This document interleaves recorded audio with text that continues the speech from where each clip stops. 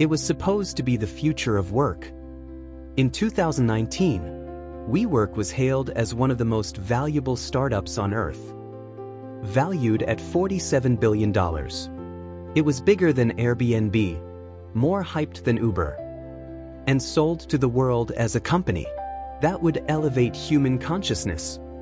Its founder, Adam Neumann, 6'5", barefoot, long-haired, and endlessly charismatic, promised not just office space but a global movement.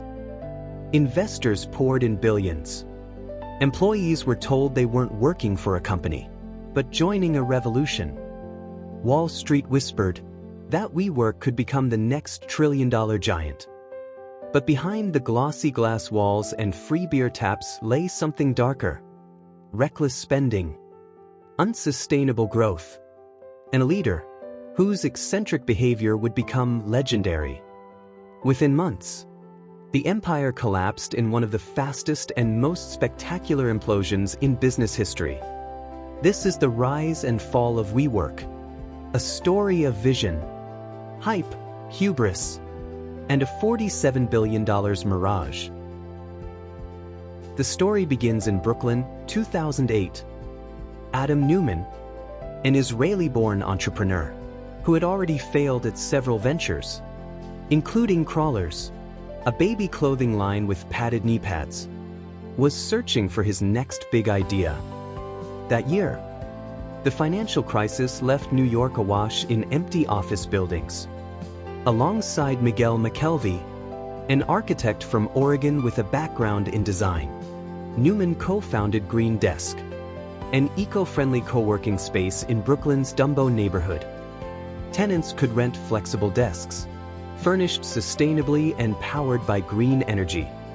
Green Desk was a modest success, but Neumann and McKelvey quickly sold it in 2009. The real lesson wasn't sustainability. It was flexibility.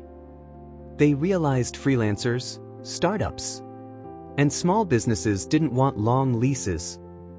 They wanted affordable, stylish offices, where community mattered as much as the desk itself. In 2010, with seed funding from friends and family, they launched the first WeWork space in Soho, Manhattan. The vision was bigger. Neumann declared, WeWork wasn't in real estate at all. It was building a physical social network. The promise was intoxicating. A new way of working that combined design, culture, and community. Early members were treated not just to sleek interiors, but to events, happy hours, and the sense they were part of something greater. This wasn't just about renting space. It was about belonging. By 2011, WeWork had expanded to multiple locations in New York. Investors noticed. In 2012, Benchmark Capital, one of Silicon Valley's most powerful venture firms, invested $17 million. Their backing gave Neumann legitimacy and fueled an ambitious expansion. WeWork opened spaces in San Francisco, Boston, Washington, D.C., and London. Its model was simple: lease large buildings long-term, redesign them, then sublease smaller spaces at a premium. But Neumann insisted on calling WeWork a tech company, not a real estate business. That distinction mattered. Tech startups could raise money at far higher valuations. By 2014, WeWork was valued at $1.5 billion. By 2015, $10 billion. By 2016, $16 billion. It became one of the most valuable startups in the world. But Neumann wanted more. He expanded into WeLive, co-living apartments with yoga studios and communal kitchens, and WeGrow, an experimental private school led by his wife, Rebecca Neumann, a cousin of Gwyneth Paltrow. Inside WeWork, the culture was part Silicon Valley dream, part fraternity house. Employees described all-hands meetings, That felt like concerts, with loud music, free-flowing alcohol, and Neumann delivering grand speeches about changing the world. At the same time, Neumann indulged in excess: tequila-fueled parties, surfing trips in Hawaii, and spontaneous flights on private jets. Yet the hype kept growing. WeWork became a millennial lifestyle brand, not just an office provider. For many, joining WeWork meant joining a tribe of ambitious, creative, purpose-driven people.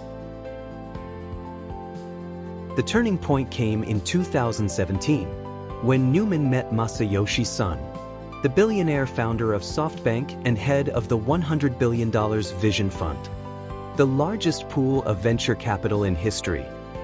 Their meeting reportedly lasted just 12 minutes. Son told Neumann, "In a fight, the crazy guy wins. You are crazy." He handed him a $4.4 billion investment and urged him to go bigger. Fueled by this money, WeWork expanded at breakneck speed. New locations opened in Shanghai, Tokyo, Sao Paulo, Mexico City, and Tel Aviv. The company rented entire skyscrapers in major cities. Neumann boasted, WeWork wasn't about offices anymore. It was about elevating the world's consciousness. By 2018, WeWork was valued at $47 billion, making it the second most valuable startup in the US, behind only Uber. But the cracks were widening. WeWork's business model was simple, but dangerous. It signed long-term leases, often 15 to 20 years, but subleased to tenants on short-term contracts.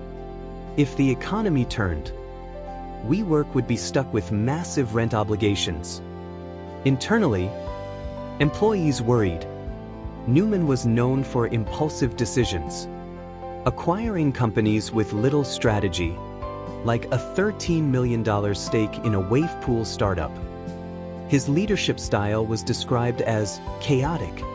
He often smoked marijuana on private jets, once leaving behind a half-burned joint that forced the plane to be grounded. Still, Son kept pouring money in. The dream looked unstoppable, until it wasn't. In August 2019, WeWork filed its paperwork for an IPO. The S-1 prospectus shocked Wall Street. It revealed staggering numbers: $47 billion in long-term lease obligations, nearly $2 billion in losses in 2018 alone. A business model with no path to profitability. Even more troubling were Neumann's conflicts of interest. He had trademarked the word "we" through a separate company and charged WeWork nearly $6 million for the rights. He borrowed hundreds of millions against his stock, while selling personal holdings. The media pounced. The Wall Street Journal, New York Times, and Bloomberg ran exposés detailing Neumann's lavish lifestyle. Tequila on tap, a $60 million real estate portfolio, and grand plans for WeWork to colonize Mars. He even banned meat at company events, citing environmental concerns, while personally indulging in private jet trips. The IPO collapsed. Investors fled. Within weeks, WeWork's valuation plummeted from $47 billion to less than $10 billion. In September 2019, Neumann was forced to resign as CEO. He walked away with a controversial $1.7 billion exit package, while thousands of employees were laid off. The company's dream had turned into a nightmare almost overnight. After Neumann's departure, SoftBank tried to rescue WeWork. The company cut costs, sold side businesses, and attempted to rebuild its reputation. In 2021, WeWork finally went public via a SPAC merger at a valuation of around $9 billion, a fraction of its former glory. Today, it operates in a smaller, more disciplined form, But the myth of the $47 billion startup is gone. Adam Neumann, meanwhile, remains one of the most controversial figures in business.